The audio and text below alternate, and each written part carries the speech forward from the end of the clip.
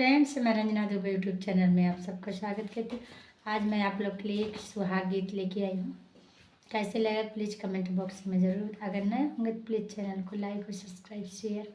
ज़रूर करिएगा। उतनी के दूरी काहे फूल फूलवरिया, अरे फूल फूलवरिया,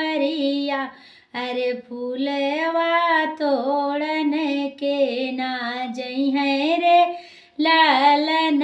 वायर, फूलवा तोड़न के ना जइहें रे लालन वा, अरे फूलवा तोड़न जई है मलिया बेटउआ, अरे मलिया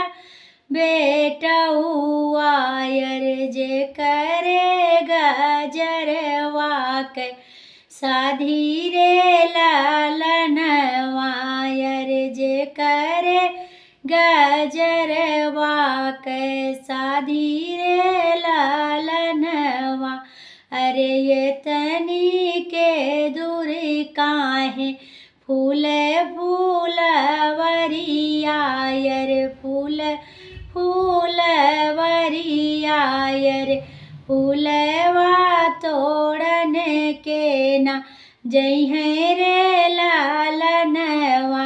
अरे फूलवा तोड़न के ना जइहें रे लालनवा, अरे ओतनी के दूरी काहे बस हो वाहिनी देई,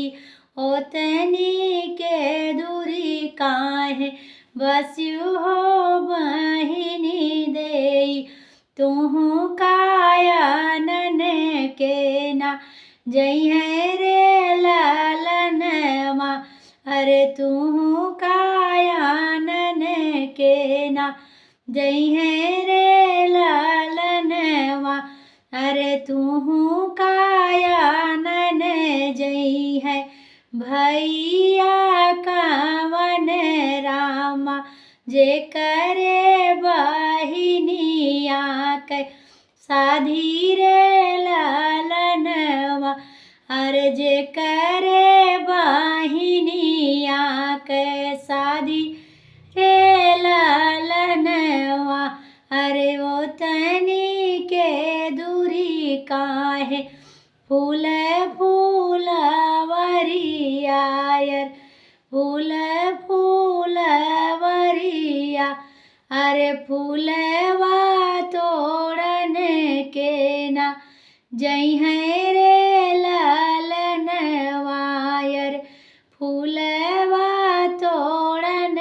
के ना जइहें रे लालनवा,